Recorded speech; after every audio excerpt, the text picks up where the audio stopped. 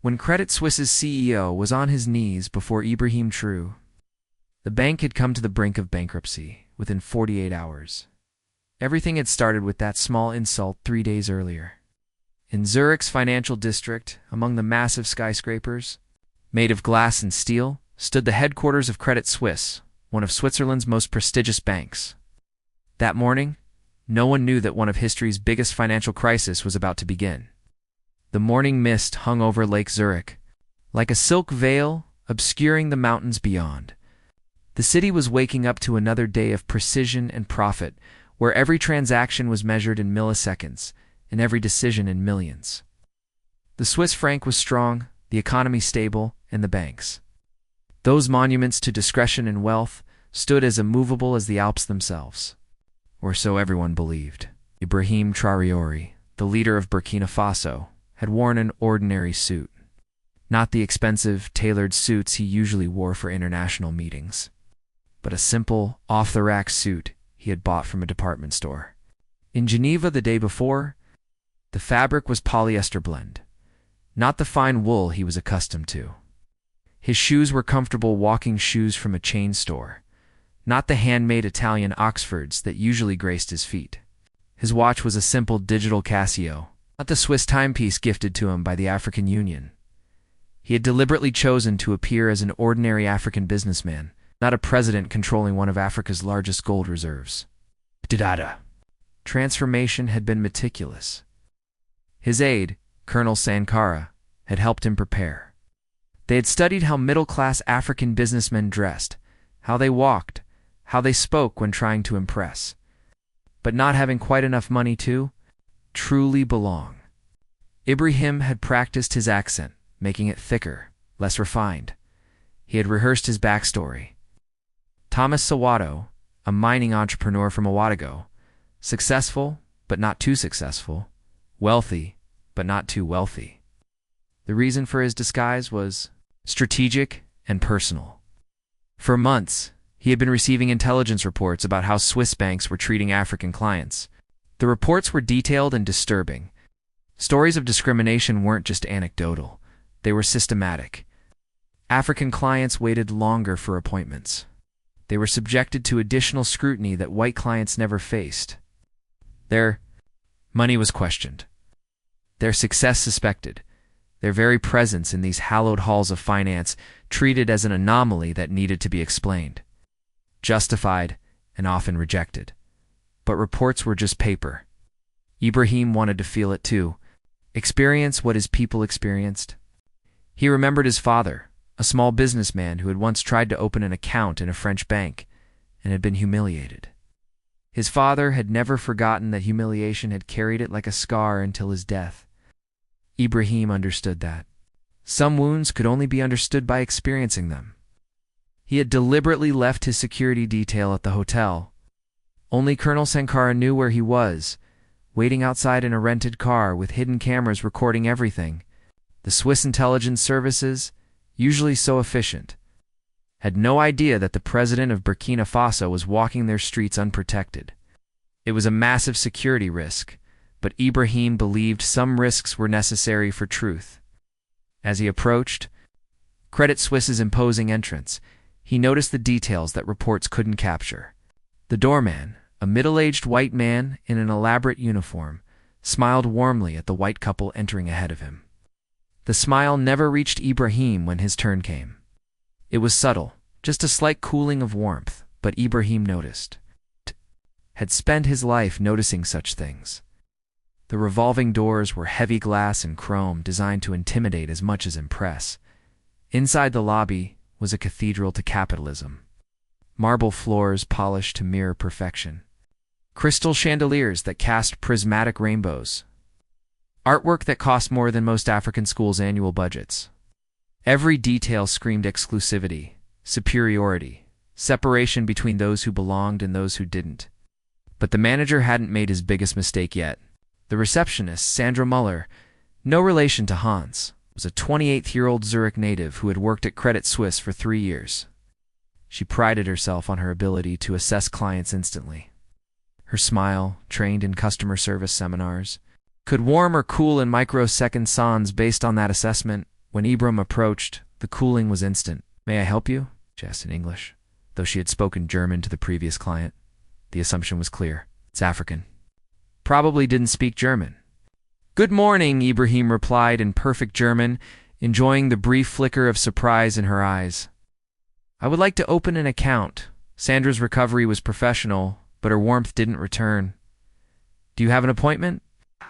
"No, but I understand. Walk-ins are accepted. I saw on your website that Credit Suisse welcomes new clients during business hours." "That's for private banking clients," she interrupted, her tone suggesting this was obviously not applicable to him. "The minimum deposit is significant." "How much?" Ibrahim asked, maintaining his character of eager but slightly naive businessman. 10 million Swiss francs, she said, the number deployed like a weapon meant to send him away. Ibrahim reached into his briefcase, deliberately worn, deliberately unfashionable, and pulled out a folder. "I have documentation here for an initial deposit of 50 million Swiss francs, with more to follow." The change in Sandra's demeanor was instant but incomplete. The surprise was there, but so was suspicion. Where would an African get 50 million francs? The question was written across her face as clearly as if she had spoken it. She picked up her phone, speaking rapid Swiss German, a dialect she assumed he wouldn't understand. But Ibrahim understood every word. "We have a situation.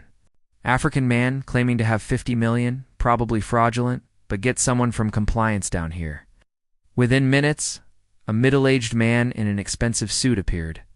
Hans Müller was 53 years old, had been with Credit Suisse for 27 years, and had risen to senior banking director through a combination of competence, connections, and a careful cultivation of the right image. His suit was Hermenegildo Zegna, his shoes John Lobb, his watch a Patek Philippe. Every detail of his appearance was calculated to convey success, sophistication, and most importantly, separation from those he deemed lesser. Müller's handshake, when offered, was deliberately limp, as if touching Ibrahim was distasteful. It was a power play he had perfected over years, make them reach for respect that would never come. Mr. Müller let the question hang, his tone already dismissive. "Salvago," Ibrahim said, using a common Burkina surname. "Thomas Salvago." Müller didn't even attempt to pronounce it correctly. "I see. And you wish to open an account with us. The emphasis on us has made it clear that USS didn't include people like Ibrahim." "Yes, I have successful mining operations in West Africa. I need a reliable bank for international transactions." Müller's eyes narrowed. "Mining operations in Africa?" He said it like it was a joke. Like the very idea of African business success was amusing. "Please follow me." He led Ibrahim not to the luxurious private banking suites on the upper floors, where the 50 million franc deposit should have taken him, but to a small, windowless room in the basement.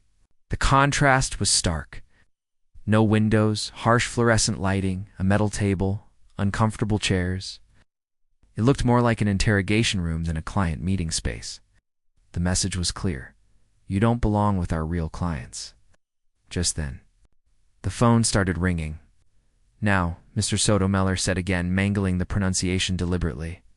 "We need to be very careful with African money. You understand there are regulations, compliance issues. Where exactly does this money come from?" Ibrahim placed his documents on the table. "Real documents actually from legitimate Burkinabe mining operations. Everything is here. Act, mining licenses, government certificates, tax records, audit reports from Ernst & Young." Müller barely glanced at them. His mind was already made up. In his 27 years at Credit Suisse, he had developed what he called instincts about clients. These instincts, he would never admit, were simply prejudices dressed in professional language. Yes. But we all know how things work in Africa. Documents can be arranged.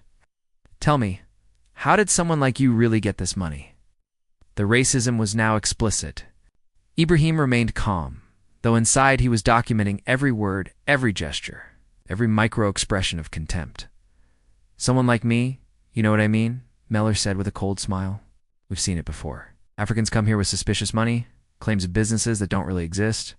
We have a responsibility to our reputation, so you're rejecting my application without even reviewing the documents." Müller stood up, his patience exhausted. This African was taking up time he could spend with real clients. Let me be frank, mister. Sodogo Credit Suisse has standards. We don't accept just anyone. And frankly, we don't trust African money. Too many problems, too many risks. You people should find banks more suitable to your level. The phrase, "you people," hung in the air, like a toxic cloud. It was the phrase that had been used against every marginalized group throughout history. A verbal boundary. Between us and them, human and less than human.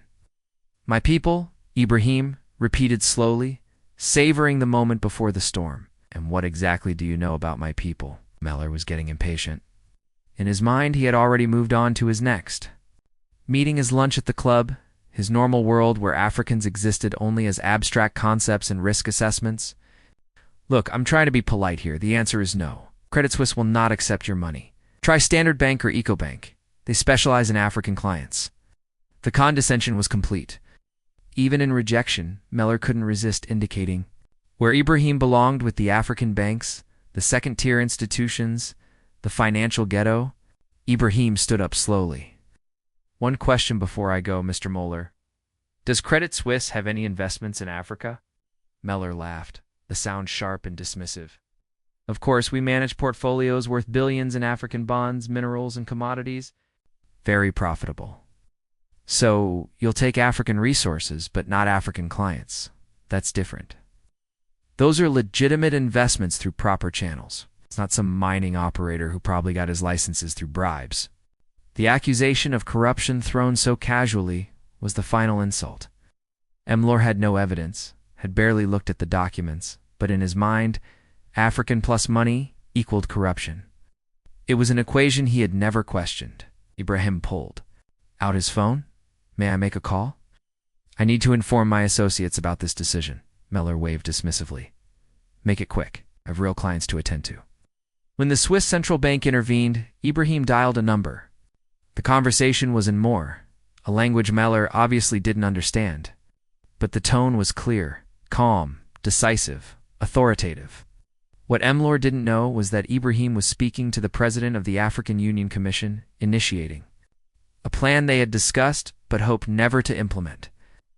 When he hung up, Ibrahim turned to Müller. Thank you for your honesty, Mr. Müller. It's refreshing to hear someone say explicitly what Swiss banks have been practicing implicitly for decades. Müller smirked. Glad you understand. Now, if you'll excuse me one more thing, Ibrahim said, pulling out a second phone. Could you repeat what you just said about not trusting African money? Müller's face wrined. Are you recording this? Should I be? Now? Or I'll call security. Ibrahim gathered his documents calmly. Security won't be necessary, but Mr. Müller, you might want to remember this conversation. In fact, I guarantee you'll never forget it. As Ibrahim left, Müller returned to his office, laughing with his colleagues about another delusional African with probably drug money. He told the story over lunch at the Zurich Banking Club, embellishing it for laughs. His colleagues, all white, all male, all from similar backgrounds, found it hilarious. Oh. They actually think they can just walk in with their dirty money and will accept it. Müller said, cutting into his 100-franc steak. The audacity is almost admirable. But within an hour, his phone started ringing. First, it was the compliance department. Sir, we're seeing unusual activity in our African holdings.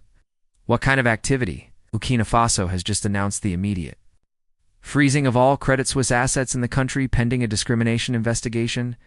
Müller laughed. Burkina Faso? That's what maybe 100 million in bonds, meaningless. But then the second call came. Sir, Mali has joined Burkina Faso's action. They're freezing our mining investments. Then the third, Niger, is suspending our uranium contracts. Then the fourth, fifth, sixth, within 2 hours. 17 African nations had announced coordinated action against Credit Suisse. The bank's African portfolio worth over 50 billion Swiss francs was frozen. The coordination was unprecedented.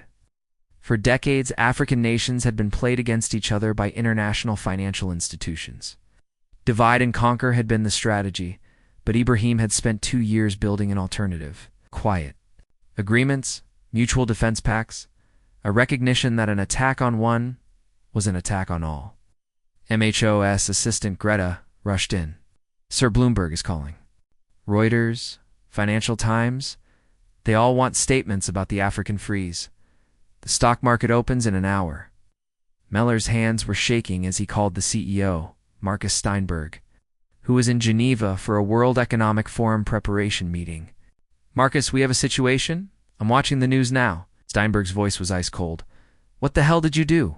Nothing. Some African came in claiming to have money, obviously suspicious. I rejected his application. What was his name? Savogo. Or something, Thomas Savogo. There was a pause. Steinberg was Googling the name, finding nothing but something bothered him. Hans, I'm sending you a photo. Is this the man? Müller's phone pinged. The blood drained from his face.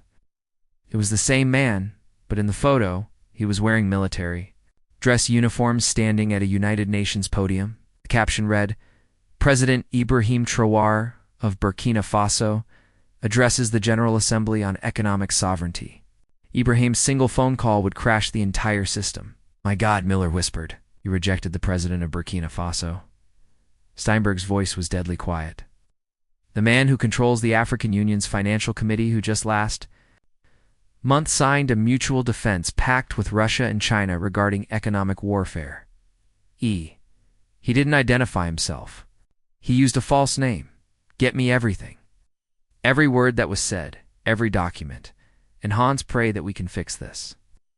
But it was already too late. Ibrahim, now back in his hotel suite at the Bar Olac, was on a conference call with other African leaders. It's a plan they had been developing for months.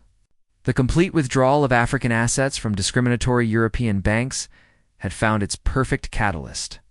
My brothers and sisters, Ibrahim said to the presidents of Ghana, Nigeria, Kenya, South Africa, Egypt, and Ethiopia on the video call. They have shown us their true face. Hans Müller simply said what they all think. Now we respond. President William Ruto of Kenya nodded. The East African Federation is ready. We're pulling everything from Credit Suisse. President Bola Tinubu of Nigeria added, the ECOWAS nations are coordinating. But Ibrahim, this could crash them completely. That's the point. Ibrahim replied, for too long they've held our money. While insulting us, they invest in our resources while rejecting our people. Today that ends.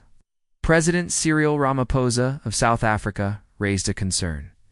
The economic blowback could affect us too. Our economies are interconnected. Better short-term. Pain than eternal humiliation, Ibrahim responded. Besides, we have alternatives ready.